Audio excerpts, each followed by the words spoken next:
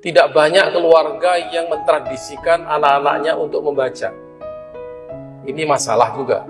Ya. Kalau ditanya anggaran bulanan satu keluarga itu untuk buku berapa? Nah, ketika orang membeli buku harga 100.000 itu mahal. Tapi kalau nongkrong di kafe 200.000 itu murah. Berarti orientasinya kuliner, bukan membaca buku. Artinya orientasi perut lebih besar daripada orientasi otak. Ya.